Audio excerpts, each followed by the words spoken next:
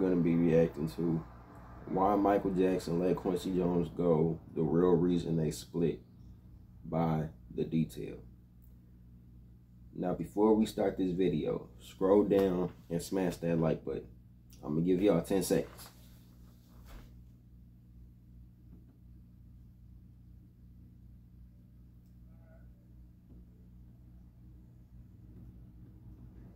You smash the like button yet? Scroll down and smash the like button.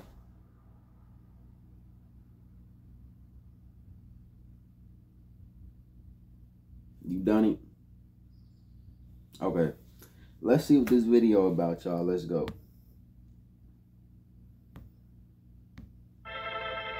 Michael Jackson and Quincy Jones, one of the world's most awarded and commercially successful collaborations in all pop music history. But the two had a rocky road to riches and superstardom that was characterized just as much by tensions and feuding than it was by unimaginable success and critical acclaim.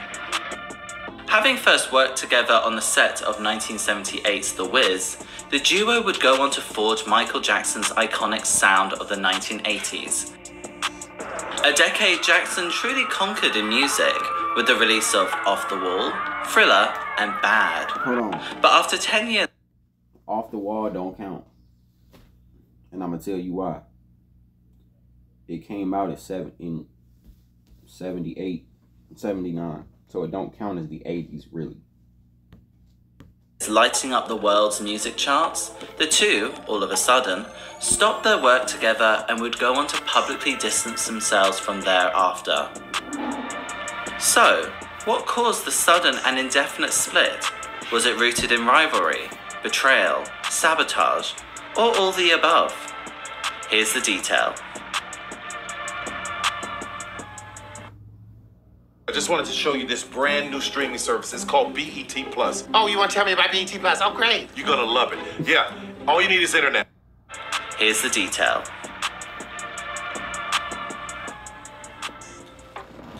During the recording of Off the Wall and Thriller, Quincy Jones and Michael Jackson formed a close bond, with any creative differences complementing and being conducive to their ability to make groundbreaking music.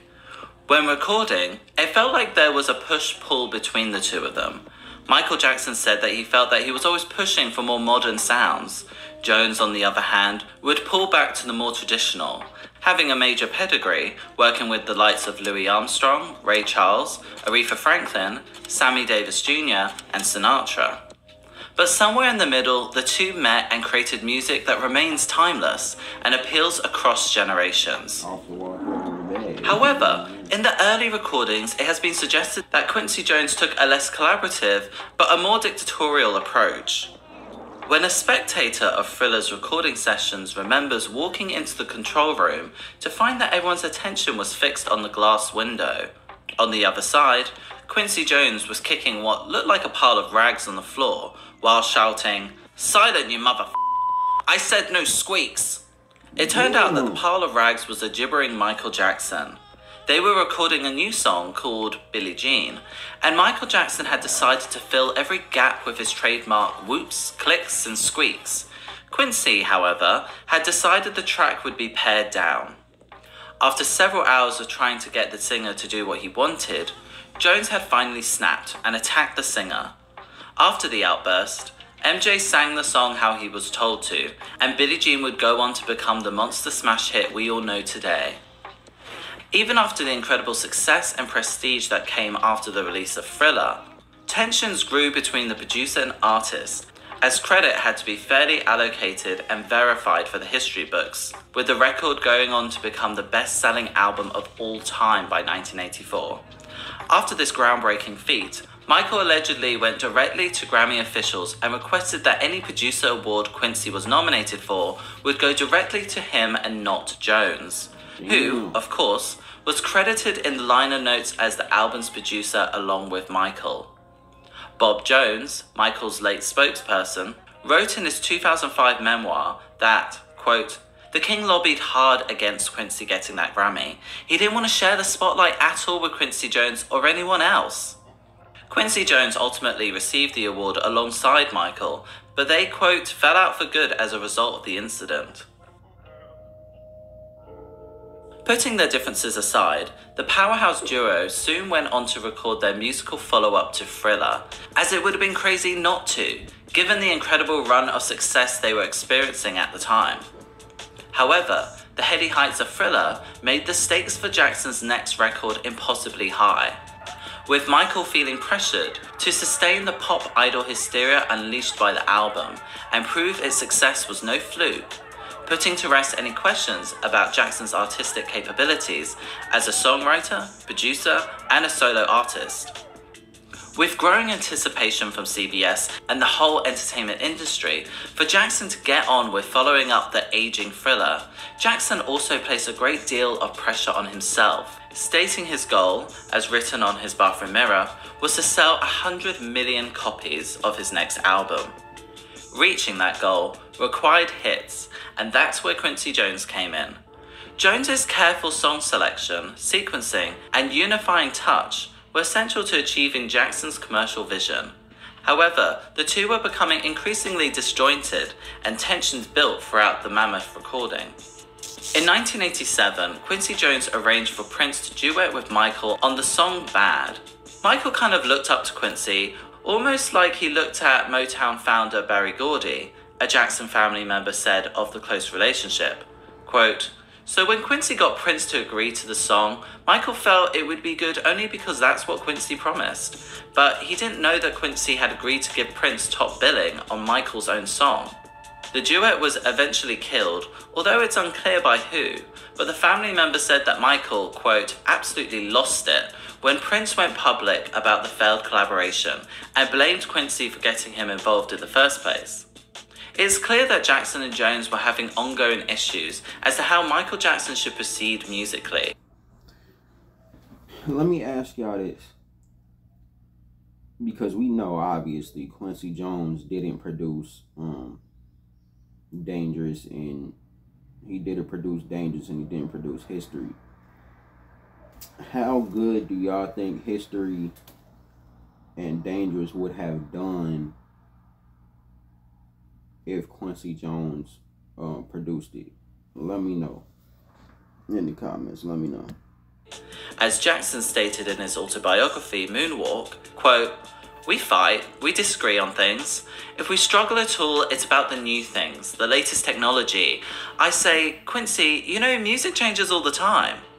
Sure, the two own the industry with Off the Wall and Thriller, but during the recording of Bad, Jackson grew increasingly concerned that Jones wasn't hip enough to keep up with emerging trends coming up in the music scene.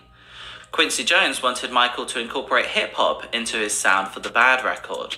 Quote, "I remember when we were doing Bad, I had Run DMC in the studio because I could see what was coming with hip-hop," he said. Quote, "And Michael was telling Michael's manager, Frank DeLeo, I think Quincy's losing it and doesn't understand the market anymore. He doesn't know that rap is dead."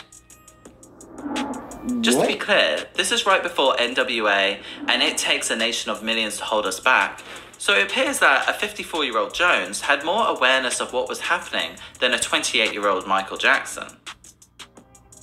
Still, Bad would be Jones's final project with Jackson. Some say it was a clean break, as Bad was the third in a 3-album contract they had between the two. Others contend that Jackson wanted more independence and control over the creative process. After Bad peaked, David Geffen began advising Jackson in preparation for upcoming contract negotiations with Sony. Geffen reportedly engineered the departure of Jackson's attorney, John Branca, his manager, Frank DeLeo, and ultimately Jones.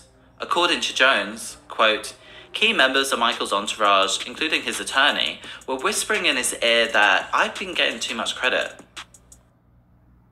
Recordings just got better.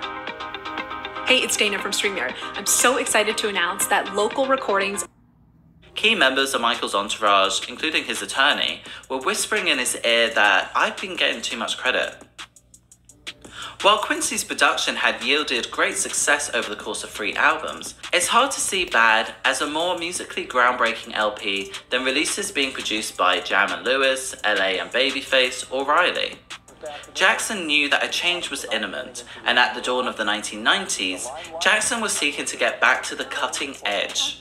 He needed another reinvention, and he wasn't going to find it with his longtime producer Quincy Jones.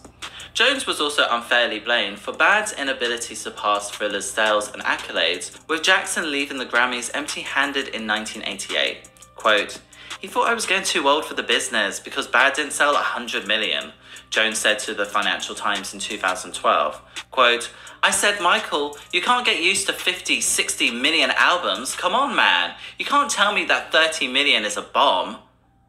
In any case, Jones didn't want to spend another 3 years working on one album. Quote, "I ain't gonna sit around in the studio for 3 years to make an album for Michael," he told the Chicago Tribune in 1995. Quote, too long. Bad was too long for me." None of Jackson's post-Jones albums would exceed the success they created together. While much of this has to do with the controversies that enveloped Michael Jackson up until his death in 2009, these albums also lacked the discipline and cohesion of Off the Wall, Thriller, and Bad. Jones downplayed his integral role in these albums, saying, quote, "That's nothing to do with any one person. That's the combination of the two of us." However, Dangerous, History, Blood on the Dance Floor, and Invincible had multiple producers, and that may have contributed to their shortcomings. After Michael Jackson's death in 2009, and in more recent years, Quincy Jones has battled with Sony Music.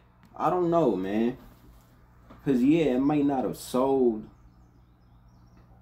as many copies as Bad, Thriller, and Off the Wall. But Dangerous History, and I never listened to the full Blood on the Dance Floor tape, but I've heard some songs, obviously Ghost, and some other songs, you know.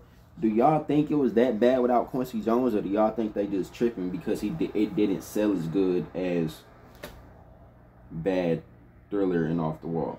Y'all let me know. Over royalties he believes is still owed to him for the work him and Michael produced, and that Sony has profited handsomely from. The legendary producer has also become more candid when speaking about Michael Jackson, claiming that the King of Pop wasn't all that original, stating in a Vulture interview in 2018, quote, "I hate to get into this publicly, but Michael stole a lot of stuff. He stole a lot of songs, Donna Summer's State of Independence and Billie Jean. The notes don't lie, man. He was as Machiavellian as they come," said the mentor and longtime collaborator of Jackson. Also while chatting with Vulture, Quincy was equally revealing about Michael's personal issues, saying he raised concern with the singer over his lightened appearance and plastic surgery. Quote, "I used to kill him about the plastic surgery, man. He always justify it and saying it was because of some disease he had. Bullshit." According to the music producer, Jackson, quote, "had problems with his looks because his father told him he was ugly and abused him." When it comes to the allegations that have been made against Michael over the years, Quincy Jones has not only solidly refused to discuss and therefore defend Jackson against these allegations, but Jones has alternatively made attempts to distance himself from the artist during these periods. In 2019, during the immediate aftermath of Dan Reed's Leaving Neverland documentary film, all mentions of Michael Jackson was taken out of marketing material associated with Quincy Jones's show. The music producer's concert was first announced as a night celebrating Michael Jackson's most iconic albums, with the flyer saying that Off the Wall, Thriller, and Bad were going to be performed by a live symphony orchestra. This event was then renamed and changed to Quincy Jones Presents Soundtrack of the 80s, defining albums and iconic songs. Songs by Michael Jackson were still performed on the night, but the new flyer focused more on the iconic music rather than Michael Jackson and Quincy Jones' enduring association with the pop icon. Thanks for watching. Please like and subscribe if you want to watch more videos like this. I mean, I get where Michael's at with it, and I get where Quincy's at with it. Thriller, Off the Wall, Thriller, and Bad were great albums. Literally. But out of those three, Bad was the better one. Now, when it comes to wanting new sounds, and like they said, in 1987, 88, NWA was coming out. You know, they came out with their album. And more hip hop was coming out. So I feel like Michael Jackson wanted to switch to more of that, or whatever that was he was trying to do was justified. And Quincy, I mean, I don't know, but it worked. You feel me? Obviously, Thriller, and then he said that he didn't want to wait another 5 years for an album or something like that. And after Bad came out, I mean, he was on tour though. So, and that's where I think Quincy got it messed up, is that after Thriller, he was on the Victory Tour. He did the Motown 25 anniversary in 83. In 84, he was on the Victory Tour. In 85, he did We Are the World. In 86, he did, I think, Captain EO, if I'm not mistaken, among other things. And then 87, that's when Bad came out. You know, so he wasn't just sitting back not doing anything, he was doing things. So I don't feel like that's justified for him saying, oh, well, we're not going to wait 5 years for another album. It's like, but he was doing things through those 5 years and not just sitting back doing anything. But anyway, you guys let me know what you guys think about this whole situation. Do you guys think that Quincy Jones, that they should have stayed together for Dangerous and History and Invincible and Blood on the Dance Floor and Invincible? Or do y'all think that it was justified for Michael Jackson to move on from that? Let's talk about it. Y'all let me know. Smash that subscribe button. Turn on that post notification bell.